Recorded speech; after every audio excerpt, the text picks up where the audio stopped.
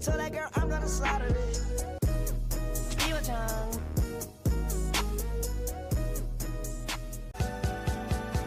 세상에 소리 질러 I love you 널 사랑한다고.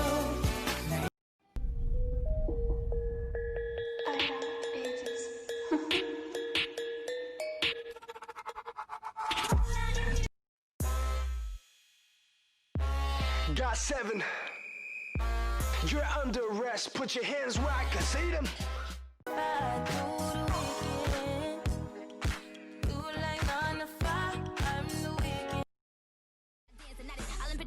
But who's the daddy? I graduate with honors. I ball Nate O'Connor. I did a freestyle, then I got a shout out from Obama. Yes, yes. Love the touch, but never love the feeling.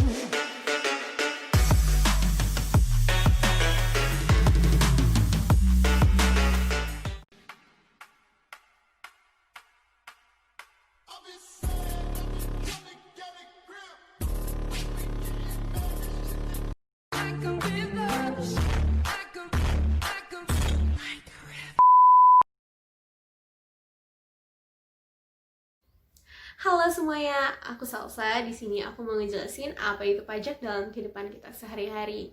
Pertama-tama, kalian harus tahu dulu apa itu pajak.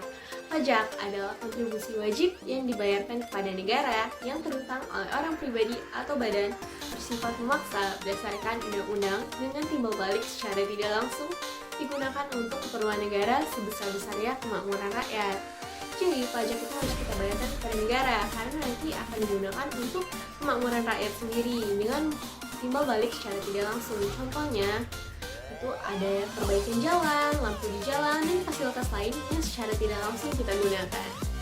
Nah, kalian juga harus tahu penggolongan pajak. Penggolongan pajak itu ada dua. Yang pertama pajak pusat dan pajak daerah.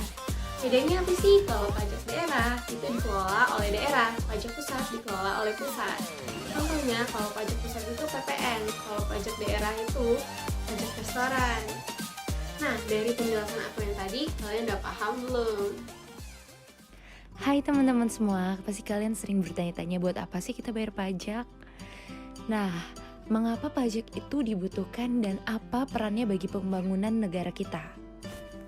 Ternyata negara kita mendapat uang dari penerimaan perpajakan dan penerimaan negara bukan pajak. Belanja negara terdiri dari belanja pemerintah pusat dan transfer daerah dan dana desa. Dialokasikan terhadap 5 sektor anggaran.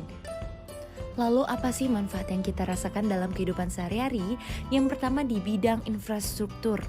Yang kedua ada bidang perlindungan sosial. Yang ketiga, bidang kesehatan. Yang keempat, bidang yang sangat familiar dengan kita yaitu bidang pendidikan. Dan yang terakhir ada subsidi pemerintah. Nah, banyak banget kan manfaat dari membayar pajak. Sebelumnya, kita sudah tahu apa itu pajak dan bagaimana peran pajak dalam pembangunan. Sebagai generasi milenial, kita harus menjadi pelopor perpajakan untuk Indonesia. Milenial tidak hanya sebagai calon penerus bangsa, melainkan juga sebagai calon wajib pajak. Dengan mengumpulkan informasi perpajakan yang tepat, maka akan membangun kesadaran yang baik. Peran generasi milenial yang diharapkan ialah memberikan edukasi kepada generasi muda lainnya dan kepada masyarakat pada umumnya mengenai pajak yang harus menjadi budaya. Hal ini dapat dilakukan dengan cara mengadakan seminar atau talkshow perpajakan, media sosial, dan melakukan kegiatan menarik lainnya. Milenial berperan sebagai pembangkit dan pendorong semangat generasi muda untuk memperbaiki situasi perpajakan di Indonesia. Dalam ruang lingkup PPH atau pajak penghasilan, milenial yang cenderung aktif dalam aktivitas perpajakan ialah milenial yang statusnya sudah berubah dari subjek pajak menjadi wajib pajak.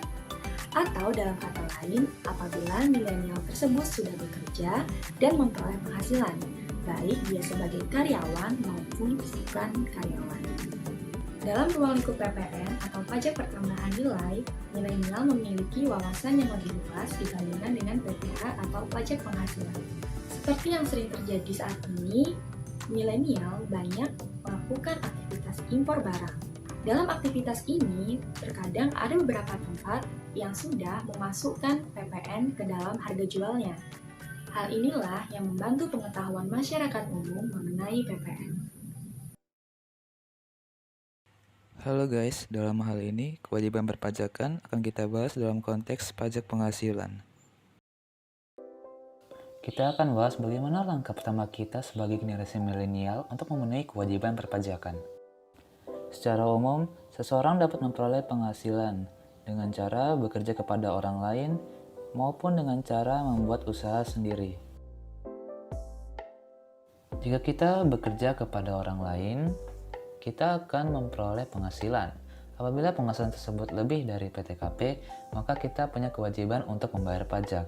Apabila penghasilan kita kurang dari PTKP, maka kita tidak punya kewajiban untuk membayar pajak. PTKP atau penghasilan tidak kena pajak, jumlahnya berbeda-beda tergantung kondisi keluarga kalian. Apakah kalian hidup sendiri, atau mempunyai pasangan hidup, atau mempunyai pasangan hidup dan tanggungan. Misal seseorang bernama Budi hidup sendiri, berpenghasilan setahun sejumlah 60 juta rupiah. Berarti PTKP-nya sebanyak 54 juta rupiah, maka dia punya kewajiban untuk membayar pajak. Untuk kalian yang punya usaha sendiri, ketentuan PTKP tidak berlaku. Untuk memenuhi kewajiban perpajakan, kita butuh yang namanya NPWP atau nomor pokok wajib pajak.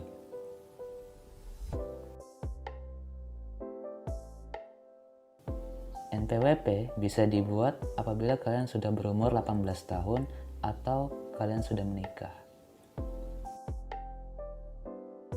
Lalu untuk kalian yang umurnya kurang dari 18 tahun atau belum menikah dan mempunyai penghasilan, maka kewajiban perpajakan kalian akan dilaksanakan oleh orang tua kalian dengan cara digabungkan penghasilan kalian ke penghasilan orang tua.